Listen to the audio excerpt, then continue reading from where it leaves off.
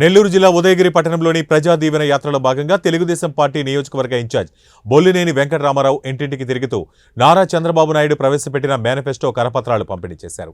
మహిళలకు ఉచిత bus service, అదేవిధంగా 3 ఉచిత సిలిండర్ల గురించి వివరించారు. తెలుగుదేశం పార్టీ అధికారంలోకి రాగానే ఉదయగిరి పట్టణంలోని అభివృద్ధి కార్యక్రమాలు చేపట్టడం జరుగుతుందని తెలిపారు. ఈ ప్రభుత్వంలో దోచుకోవడం తప్ప అభివృద్ధి చేసిన దాఖలాలు లేవని ఆయన అన్నారు. రాబో రోజుల్లో ఉదయగిరి కొండను పర్యాటక కేంద్రంగా చేసేందుకు గతంలోనే కేంద్ర ప్రభుత్వానికి ప్రపోజల్ పంపించడం జరిగిందని తెలిపారు. ప్రజా దీవెన కింద మేము నరవాడలో 27వ తేదీ నరవాడ వెంగమాంబ దగ్గర నుంచి కంటిన్యూగా ఇంటింటి కార్యక్రమం అది. ఈరోజు హెడ్ క్వార్టర్లో ఇది 4వ రోజు హెడ్ క్వార్టర్లో తిరుగుతున్నాం. ఇక్కడ ఈ గ్రామంలో మేజర్ పంచాయతీ ఇది ఉదయగిరి హెడ్ క్వార్టర్. చాలా సమస్యలు ఉన్నాయి. గతంలో ఎప్పుడు కూడా ఇంత డీటెయిల్గా నేను తిరగలేకపోయాను. ఇప్పుడు ప్రతి ఇంటికి వెళ్ళి చూస్తున్నాను ఎంత దయనీయమైన పరిస్థితిలో ఉందంటే ఉదయగిరి రోజు డ్రైనేజ్ మురికి నీళ్లు రోడ్ల మీద పారుతూ ఉన్నాయి.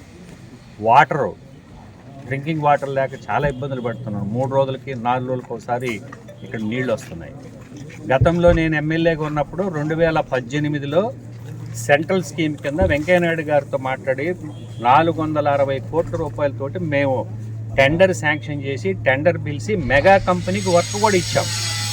శంకుస్థాపన బోర్డు కూడా వింజమూరు దాని మీద వేసాం. సోమశిల నుంచి నీళ్లు ఇక్కడికి తీసుకొచ్చి ఇక్కడి నుంచి 7 మండలాలకి ఇంటింటి కొళాయి స్కీమ్ కింద మేము చేస్తే ఆ టెండర్ని క్యాన్సిల్ చేసి ఈరోజు ఎన్ని ఇబ్బందులు పడుతున్నారంటే ఉదయగిరి హెడ్ క్వార్టర్లో నిజంగా చాలా బాధేస్తుంది. అదే కాకుండా ఎప్పుడో 95లో 90లో అంతకుముందు ఇచ్చిన కాలనీలు ఏవైతే ఉన్నాయో ఆ ఇళ్ళు కూడా చాలా దారుణమైన పరిస్థితుల్లో ఉన్నాయి. అందుకని ఈసారి తెలుగుదేశం ప్రభుత్వం అధికారంలో వచ్చిందంటే ఈ హెడ్ క్వార్టర్లో ఉండే సమస్యలన్నీ కూడా మొట్టమొదట దీని మీదనే దృష్టి పెడతారని చెప్పేసి ఉదయగిరి ప్రజలకు తెలియజేస్తున్నాను. అదే కాకుండా ఉదయగిరి కొండకి టూరిజం డెవలప్మెంట్ కింద కూడా మేము ప్రపోజల్ పంపించాం. అది సెంట్రల్ గవర్నమెంట్కి పంపించాం. దాన్ని కూడా తీసుకొచ్చి ఇక్కడ ఒక స్కిల్ డెవలప్మెంట్ని ఉపాధి కోసం ఇక్కడ కల్పించాల్సిన అవసరం ఉంది. ఇక్కడ ప్రజలు చాలా ఇబ్బందులు పడుతున్నారు. ప్రత్యేకంగా దీని మీద దృష్టి పెడతాం. గతంలో కనుక 2019లో మమ్మల్ని గెలిపించిండుంటే ఈ పాటికి ఇవన్నీ కూడా మేము చేసి ఉండేవాళ్ళు. ఒక్కొక్కటి చేసుకుంటూ వచ్చాం. మేము హాస్పిటల్ కంప్లీట్ చేసాం మొదట, ఆ తర్వాత స్టేడియం కట్టాం.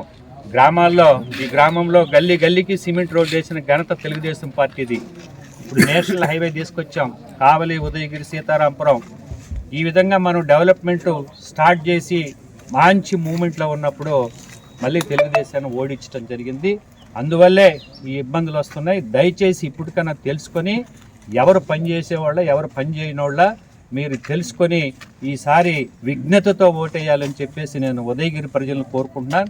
ఇప్పటికి 4 రోజుల నుంచి తిరుగుతున్నా, ఇంకా 4 రోజులు పడుతుంది. 8 రోజులు కంప్లీట్గా తిరిగి ఇక్కడ ప్రాబ్లమ్స్ అన్నీ కూడా నియోజకవర్గంలో మొట్టమొదట హెడ్ క్వార్టర్ కాబట్టి హెడ్ క్వార్టర్ని టార్గెట్ చేసుకొని దీన్ని బొమ్మలాగా చేసి తీసే కార్యక్రమం నేను బాధ్యత తీసుకుంటానని చెప్పి ఈ ఉదయగిరి ప్రజలకు తెలియజేస్తున్నాను.